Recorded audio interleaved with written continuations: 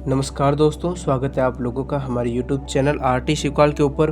दोस्तों, हम अभी अपनी YouTube चैनल पे ओशो की बुक मैं मृत्यु सिखाता हूँ की समरी हिंदी भाषा में कर रहे हैं और ये सीरीज़ हमारे YouTube चैनल पे कंटिन्यू चल रही है। अब तक हमने इस सीरीज़ के कुल 46 एपिसोड अपने चैनल पे अपलोड कर दिए हैं और आज हम आप लोगों के लिए 47वां एपिसोड लेकर आए हैं। मित्रों, ओशो की किताब के अंदर कुल 15 प्रवचन हैं, जिसमें से हमने 10 प्रवचन को पूरा कर लिया है और अभी हम 11वें प्रवचन में चल रहे हैं। आप लोगों तक इन प्रवचन को हम छोटे छोटे एपिसोड के जरिए पहुंचा रहे हैं और इन्हें आप तक पहुंचाने का हमारा सिर्फ एक मकसद है कि आप लोग ओशो के विचारों को सुने और इन्हें अपने जीवन में उतारें, जिससे कि आप लोग अपने जीवन में कुछ परिवर्तन लेकर आ सकें। ओशो की किताब मैं मृत्यु सिखाता हूँ की समरी हम अपनी ही वॉइस में कर रहे हैं, ना कि हम ओशो के वीडियोज़ अपलोड कर रहे हैं। तो चलिए आज का जो 47वां वीडियो उसे शुरू करें। उससे पहले अगर आप लोगों ने पिछले वीडियोस नहीं देखे तो हम उनकी प्लेलिस्ट की लिंक अपने डिस्क्रिप्शन बॉक्स में दे देंगे, आप लोग वहां से उन वीडियोस को सुन सकते हैं। तो चलिए आपको लेकर चलते हैं उसकी किताब मैं मृत्यु सिखाता हूँ की तरफ। इसीलिए मैं एक तीसरे तरह के आदमी की तुमसे बात कर रहा हूँ, जो न संसारी है न सन्यासी। जब मुझे कोई पूछता है कि क्या आप सन्यासी हैं, तो मैं बड़ी मुश्किल में पड़ जाता हूँ, क्योंकि अगर मैं अपने को सन्यासी कहूँ तो मैं उसी द्वंद्व के भीतर अपने को बांधता हूँ जो संसारी और सन्यासी के बीच है। जब कोई पूछता है कि क्या आप संसारी हैं, तब भी मैं मुश्किल में पड़ जाता हूँ, क्योंकि अगर मैं अपने को संसारी कहूँ तो मैं फिर उसी द्वंद्व में खड़ा हो जाता हूँ जो सन्यासी और संसारी के बीच है।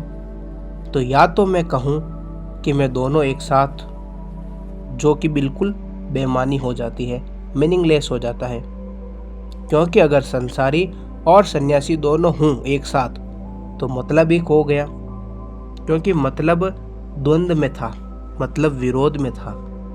संसार छोड़ने का अर्थ संन्यास था, संन्यास न ग्रहण करने का अर्थ संसार था।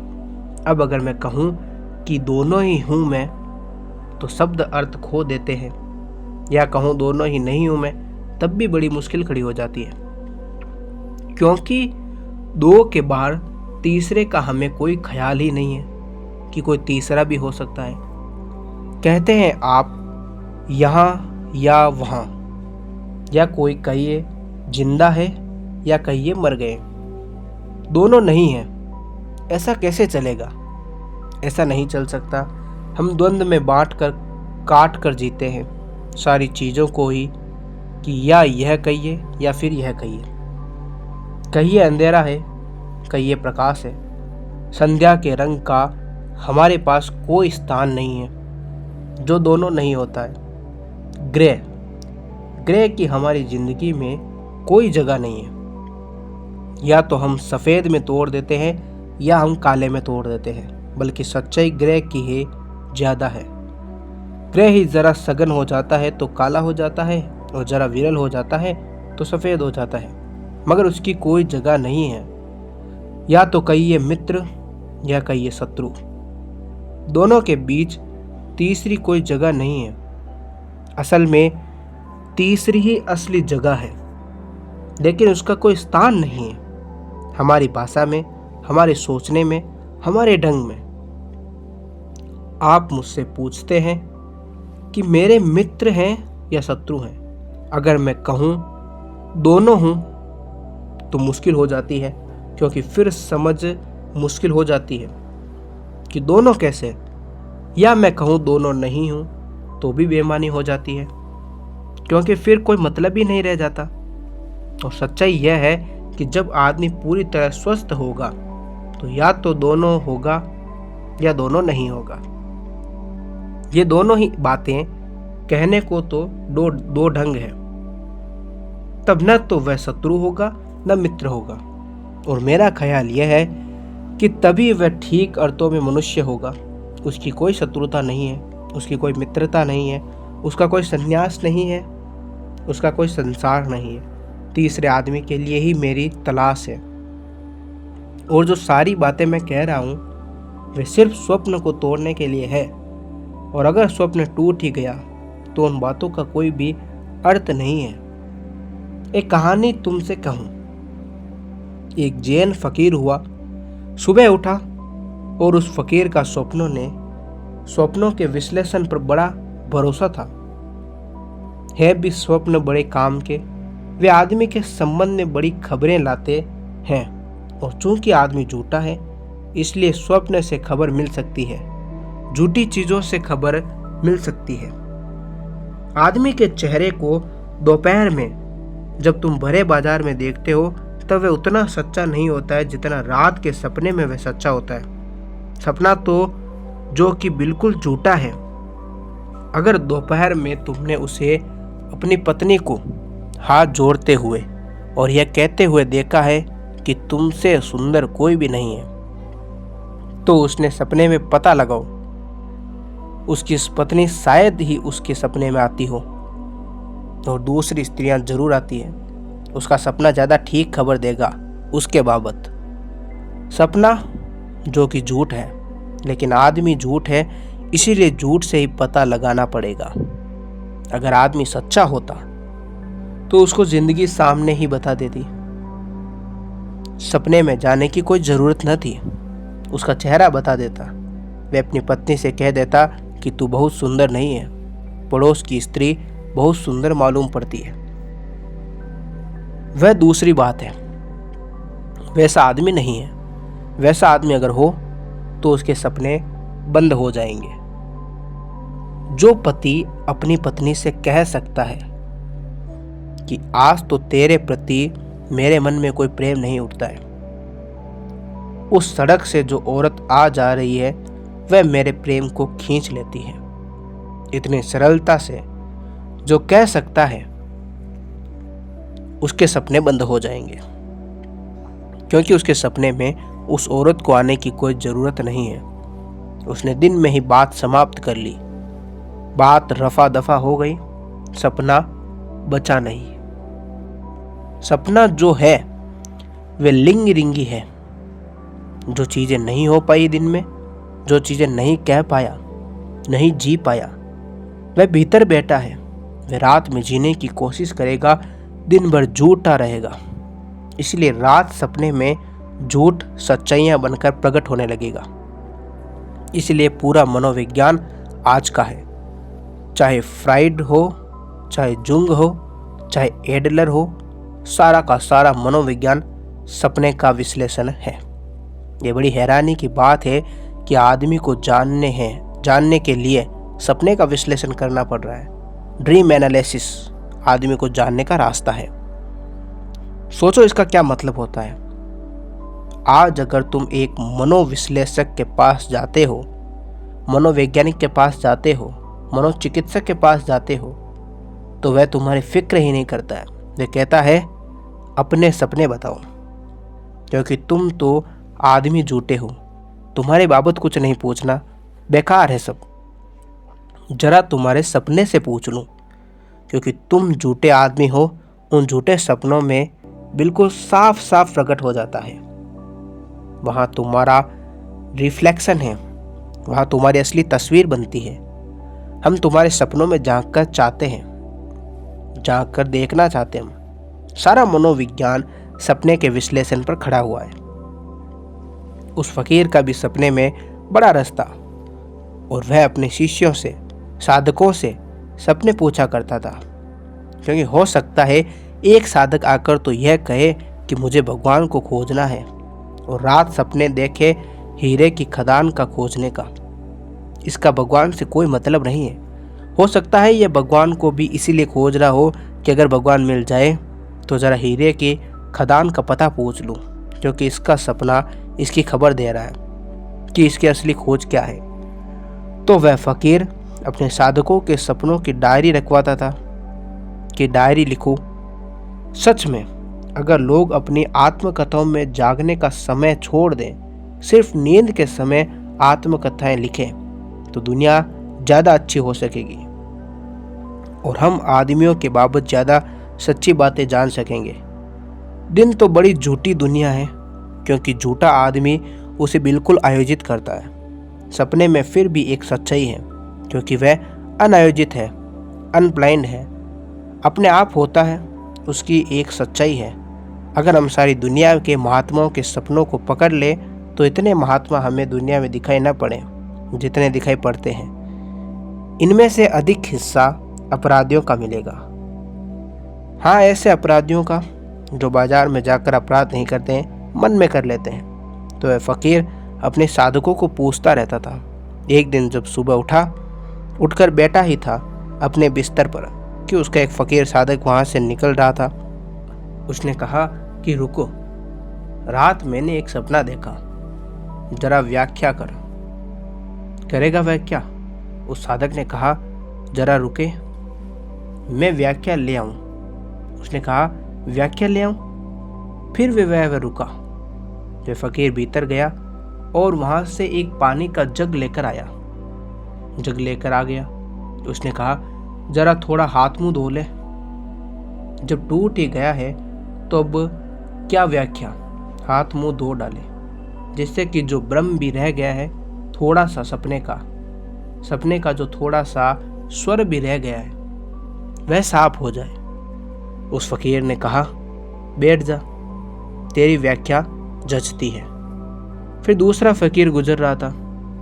उसने उसको बुलाया और कहा, सुन, रात मैंने एक सपना देखा।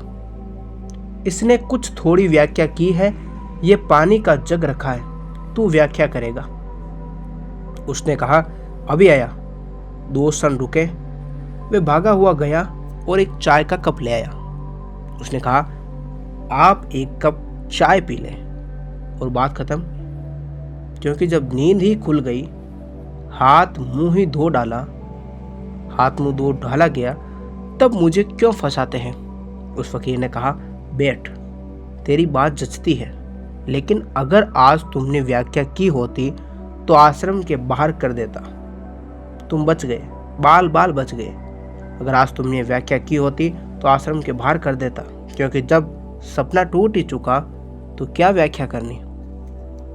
लेकिन जब तक सपना चल रहा है तब तक व्याख्या करनी है। मेरी सब व्याख्याएं सपने की व्याख्याएं हैं और सपने की व्याख्याएं सच नहीं हो सकती। मेरा मतलब समझ रहे हो ना तुम?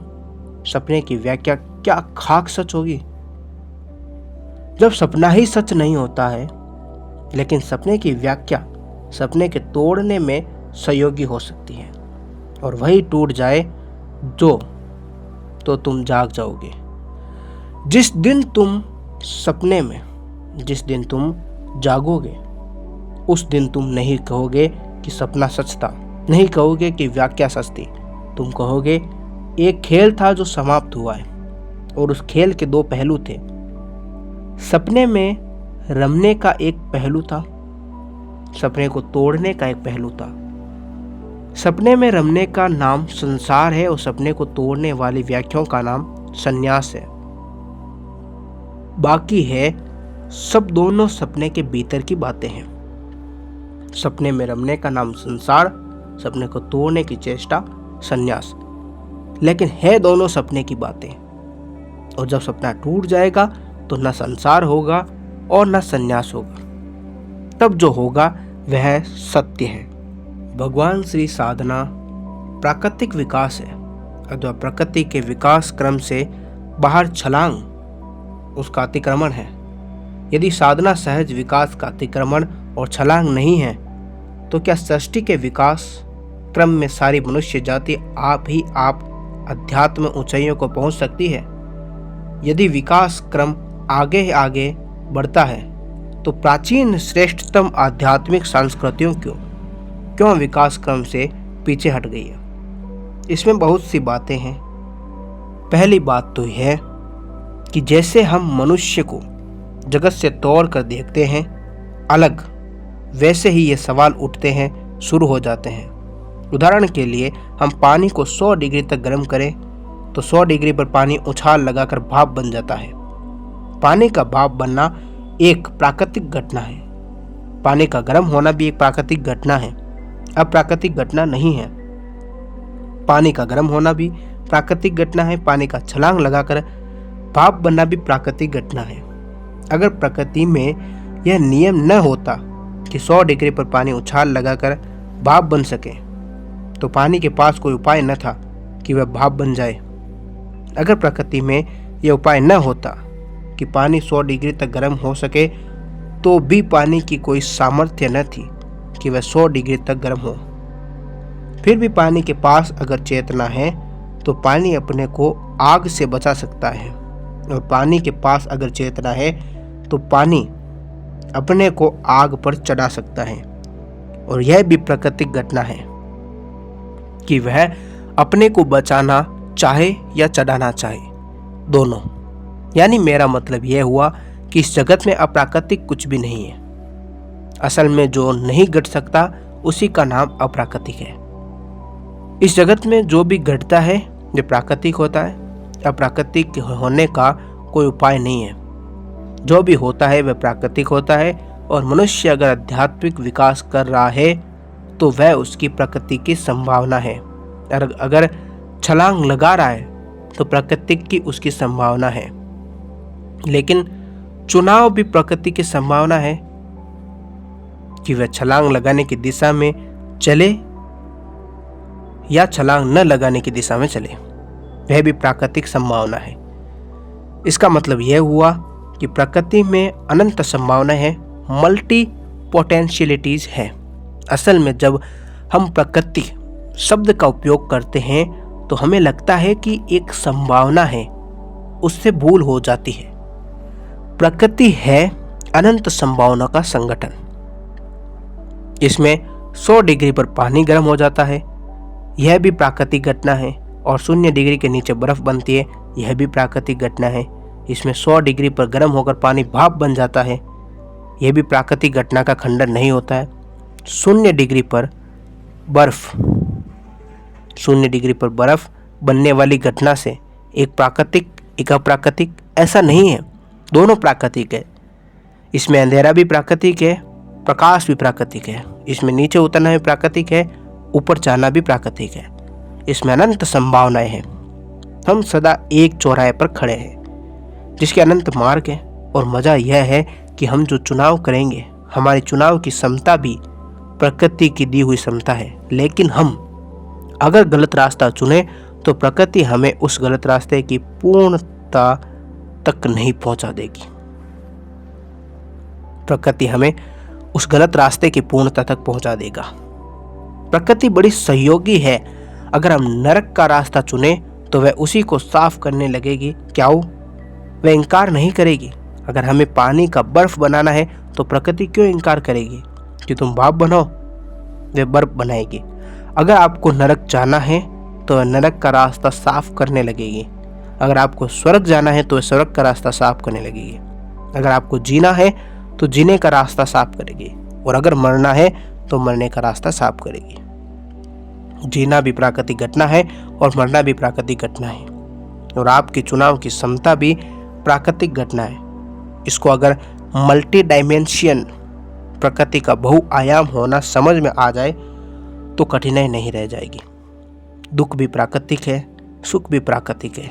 अंधे की तरह जीना भी प्राकृतिक है, आंख खोलकर जीना भी प्राकृतिक है। जागना प्राकृतिक है, सोना प्राकृतिक है। प्रकृति में अनंत संभावना है, और मजा है यह कि हम कोई प्रकृति से बाहर नहीं है, हम प्रकृति के हिस्से हैं, और यह चुनाव भी प्रकृति की क्षमता है। पर जितना चेतन होता जाता है व्यक्ति, उतनी चुनाव की क्षमता प्रगाढ़ होती जाती है। जितना चेतन होता जाता है उतनी चुनाव की क्षमता प्रगाढ़ नहीं होती जाती। जैसे पानी अगर धूप में रखा है और उसको भाप नहीं बनाना है, ऐसा उपाय नहीं है, उसके पास वह कठिनाई में पड़ेगा। उसे बनाना है कि नहीं बनाना है, इसका निर्णय वह नहीं कर सकता। अगर धूप में पड़ा है तो भाप बनेगा, और अगर सर्दी में पड़ा है तो बर्फ बनेगा। यह उसे भोगना पड़ेगा। भोगने का भी उसे पता नहीं चलेगा, क्योंकि चेतनाशील है या नहीं, या सोई हुई है। आज के लिए इतना ही। मिलेंगे हम आप लोगों से कल नए एपिसोड पे। तब तक आप लोग अपना ख्याल रखें।